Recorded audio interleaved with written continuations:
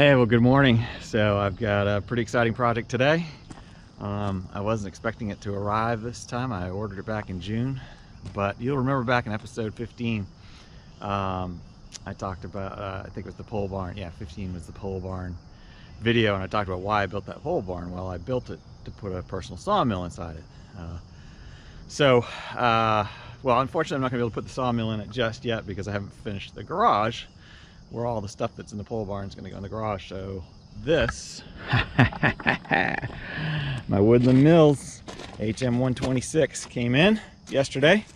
Let me say this, of course I did some research. You'll see there's a lot of videos. I'll probably put some links to some videos in my description too, but some good videos. And there was one by Sandy's Sawmill, I think it's called. I'll get it right.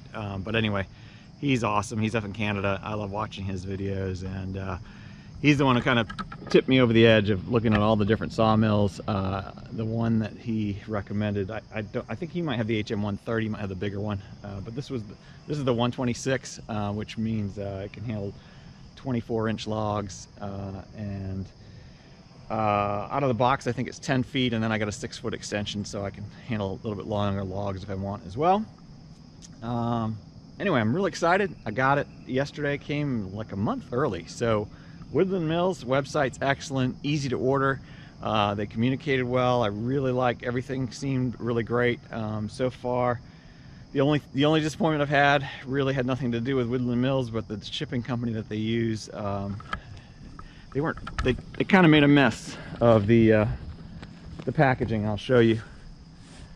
So I have some other video too that I took while I was in the truck, because I was worried that if there are any problems, I wanted to, you always make sure you have good pictures, but the thing was kind of torn apart. This is the way it came off the truck.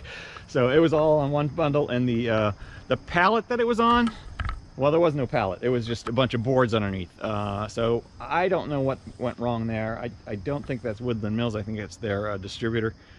So I'll be sure to let them know. But this is not the pallet. This is a pallet I had because we couldn't even get it off the tractor trailer truck without doing some finagling, and we tried to use this old pallet to get it off. But the original one was just smashed to pieces underneath. So anyway, I'll move on from that because I've got a lot of exciting stuff to do. I'm going to unbox this thing.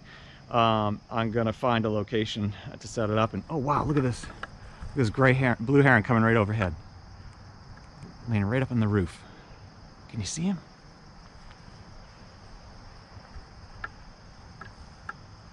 Look at that guy. Isn't he beautiful? There he goes. Amazing. Amazing. I love living out here and seeing nature and hearing it, but that was I haven't quite had a heron get that close to me yet. Usually he's down in the pond. So that was pretty neat that I got to get that on video right while I was doing this video for you guys. So anyway, I'm going to unbox this stuff. I'm going to find a place.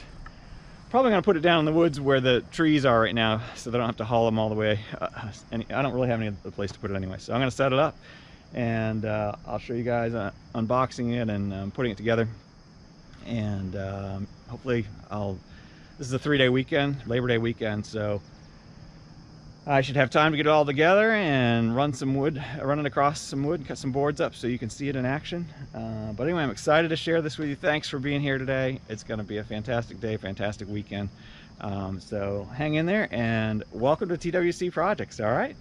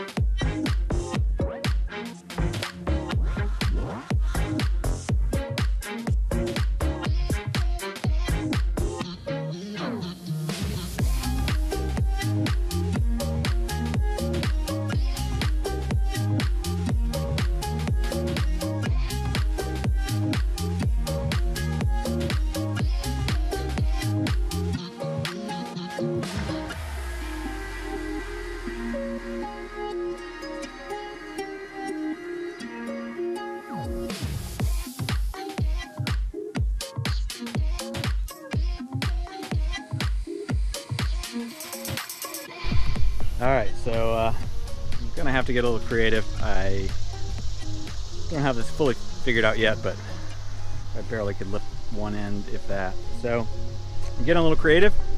I'm gonna try using my winch and cardboard and some straps to see if I can get that bad boy up on there. Of course, this is only part one, right?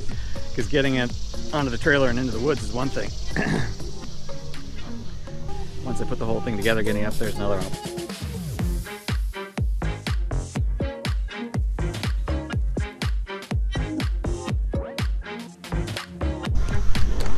Did it.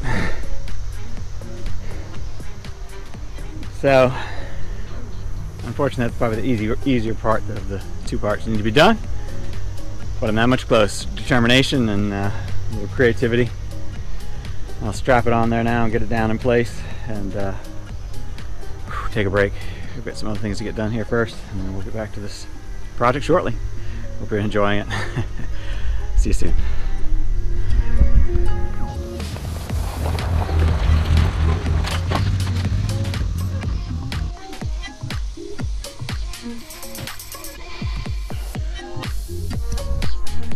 Alright, I've been at it for a while, and I had to create a level spot and get some blocks in place so that I could then start to build the rails and build everything in place. So it's been several hours, but anyway, that's where we are. So I'll keep at it and keep filming. Now's the fun part, right? Putting it together. Hey, good morning. I'm back at it, day two. I thought I'd just walk you through real quick what all I did yesterday to get the track in place here and show you what I've done so far, and then we'll get back into putting the rest of the machine together today. So to start, there are 4 separate pieces. 1, 2, 3, 4. I have an extension track as well, another 6 feet, but I don't have room out here for it. And I have to do some massive re-leveling. Anyway, I don't have right now big pieces, so I'll just hang on to the extension track for another day. So anyway, what I did was, the instructions tell you to first hook together. There's a plate here. I don't know if you can see that plate that goes all the way across. You hook these two together, the plate and the cross piece to start with, but the problem I had was that these darn things are so heavy that I couldn't really hold them and start to get the nuts in underneath, and so the instructions tell you to put all of it together and then lift up and put the levelers on. Well, that didn't make any sense to me at all, because it'd be way too heavy with all those pieces on there. So I didn't follow the instructions at this one step. Instead, I put all the levelers in place first, and then I set my metal pieces on the levelers, and then I was able to kind of pull it tight together and put all my nuts in place and screws, or excuse me, bolts and nuts in place. That worked really well. So if you're putting one of these together, I'd recommend doing that in a little bit different order than what they have in the manual. Other than that, obviously I followed the instructions carefully. So you start with those, you get those in place. Obviously everything needs to be level this way, and you keep checking your level as you make changes until you get it all right, and check it one more time. And then I put these pieces in place, and of course, as the instructions tell you, you got to make sure these are in the back on all 3 of those. Those are the 3 middle. The ends don't have, and that's going to be to roll your log up against. So you put those on, then you obviously there's these end pieces too that you put on that stop the mill itself as it rolls across the track from obviously going off the end to either end. So those go in place, and then you put this guy in place, which is going to be what holds your log from rolling on this side, and that just has a couple bolts here and there. And then you drop these guys in, throw in the wing nuts on those. These are the smaller ones, so that if you're getting down real low, and because my track isn't up high enough, ideally when I put this in my pole barn, everything will be raised up much higher, and I'll have these will be able to drop all the way down. But right now I don't have that option, so these are really handy. It's nice that they send you these, so you pull that out, and you drop this in, and then you can kind of get it real low as you need it. So I think that's it so far. The rest is going to be putting the machine together, but I just wanted to walk you through exactly what I did. These that's actually a bolt going up through, so you get a nut on that. It took a while. I haven't tightened these all down. That's what I'm doing next. I didn't have a big enough wrench, so I grabbed a couple of my big crescent wrenches, and I'll get those tightened down right now. And then we'll get the I'll have to be creative to get the engine and the band and everything on here. I think I'm gonna use that pallet again and lay it down, build it on the pallet, and then stand it up. So we'll see if that works. You know, I'm a one-man show, so I'll figure out how to make it work. So far, thing is built really well. Very heavy duty. I like the, you know, it's a bear to work with in terms of moving around, but you want it heavy duty. You want it to handle the wear and tear and the bigger stuff that hopefully I can run through this machine. So anyway.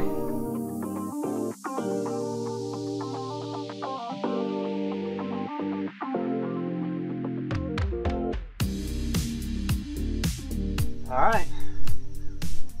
So far so good. Now I just got to put it together.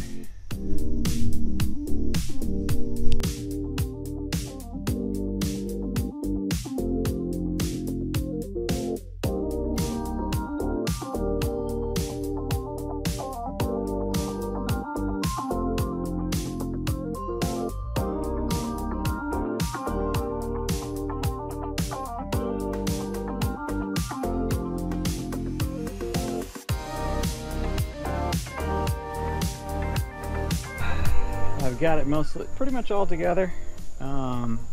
There were a couple of bolts missing, so I'm gonna have to go buy a couple to replace the ones I didn't have. I have some that I've got on there temporarily, but they're not the exact fit as the ones that should come from the manufacturer. So also missing a nut, which probably just vibrated off somewhere, so I'll find that. I don't know, or I'm sure I can find another locking one. It's a small one, so it's not a big deal. You also need oil, which I have some, you know, like 3-in-1 oil, but you also need a white grease silicone to go on the tracks for the band that goes up and down the bandsaw itself, and so I've got to go buy some of that as well. Plus I learned that this thing runs on premium 93 octane only, so I had to kind of empty out one of my gas cans that had 87. I used it up in different vehicles and dumped it, so I've got to go get some premium as well. So I may not be running this thing tonight. Might be tomorrow. Good thing it was a 3-day weekend. I ended up spending, I had to cut the grass and tend to a bunch of stuff that took up a lot more time, so I only got to spend a few more hours on this. Almost done, but yeah, you definitely need some big wrenches, because there are some big bolts on here. I also need a larger Allen, which I don't know if I have or not. I'm gonna look to see if I have that. If I don't, I'll buy one of those as well. So a few tools that you might need if you don't already have them, and same with like the spray silicone, the white grease basically, I think, and hopefully that's it. I've got the oil, 10W30 synthetic oil, and I'll get the gas, and so tomorrow hopefully we'll actually fire it up and try to cut something. I've got to still go through and check the band, make sure that it's on there right and everything's smooth. Take one last double check over everything, make sure I've tightened everything correctly. So anyway, that's probably about it today. I don't know, maybe if I have the energy I'll come back out and put more bug spray on. I've been getting eaten alive out here. So anyway, it's going well. Can't wait to use it. Lost a little bit of you know, the the excitement factor is kind of lowered down just because it's taken so long, but you know, that's just the way it goes. It'll still be exciting when I finally get it running and cut that first log. So hang in there, almost there.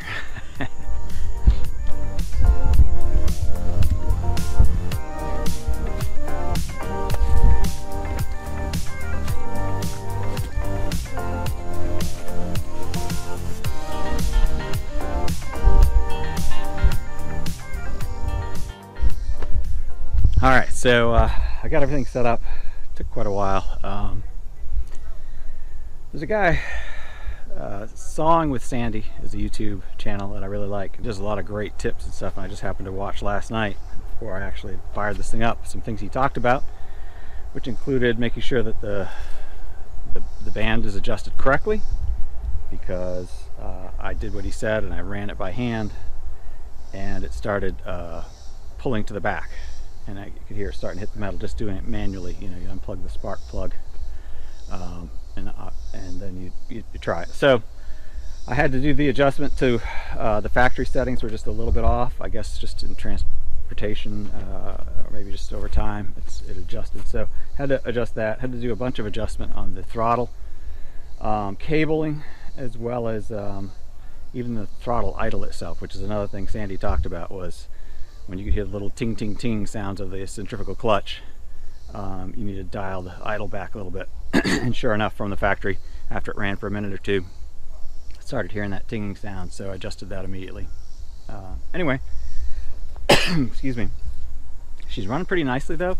Got everything set up, had to get a couple more bolts and a washer that, you know, just these, for some reason, a few parts. I don't know if they got lost in transportation, but they were missing, so I went out this morning, got those, and got the gasoline, and I had the oil. So started right up great. Things running nicely. I've done a couple little passes just to this crappy cedar that I had, just to try it out. And so I ran a couple passes to try it out, and I'm gonna flip it and do some more. But I thought I'd try to videotape a little bit, so you can see it in action, and then once I get a little bit more comfortable with it and know what I want to do, I've got to stop in about less than an hour, but I'll get some bigger logs on here and try to cut up some real lumber. So initially this is just kind of scrap stuff that I thought I'd try out and see how it works. So check it out, it's pretty cool. Glad you're with me.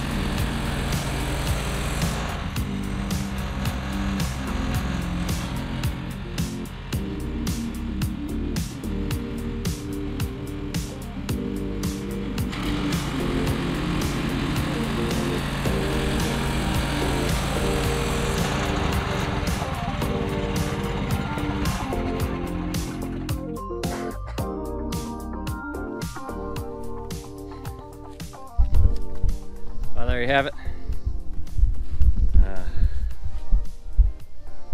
Thought I'd just cut up some stickers to start with. In fact, I've got to turn all these in their siding.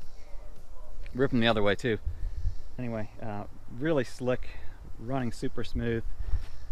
Obviously this wood is, you know, fairly soft wood, this cedar.